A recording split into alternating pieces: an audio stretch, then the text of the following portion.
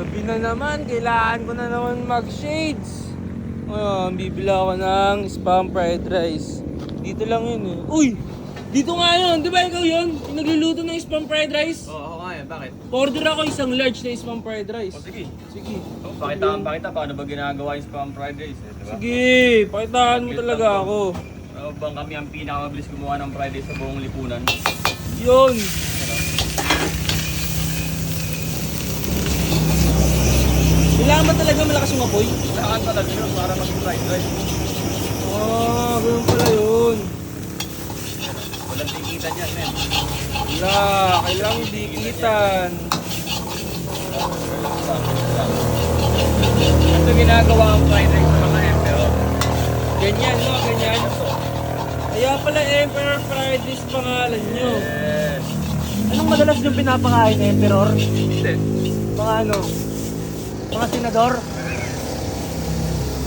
Pwede. Hindi, di ba? Oo, pwede. Congressman pala, congressman. Kaya nga eh, no? Lagi sa inyo nagpupunta si Kung eh, no? Oo, kilala mo pala yun? Oo, kilala ko yun. Yung ano, naka-fortuner na puti. Oo, si Kung. Hindi nun, ni Kung. Connect natin yung connect natin. Oo. Huwag masyado madaldal, nawawala ako sa fried rice ko. Sarap niyan. Ano ba yan? Ano yun? Ano yung nilagay mo? Ito sa secret lang yun. Secret lang yun. Sarap. Kami na nakakaalam. Isang Uy! minuto kaya namin gumawa ng fried rice. Gulay. Ito.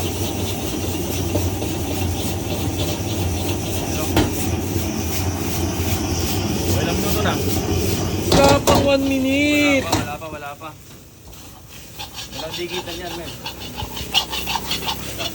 Hindi nagdidigitan yan. Diba? Oh, ang sarap. Kaya kayo, kung gusto nyo ng spam fried rice o kahit anong fried rice, dito kayo pumunta sa Emperor Fried Rice. Fried rice niya, Emperor pa. Oh, Food Panda, pwede rin. yun, may food panda, may lala mo, yun oh.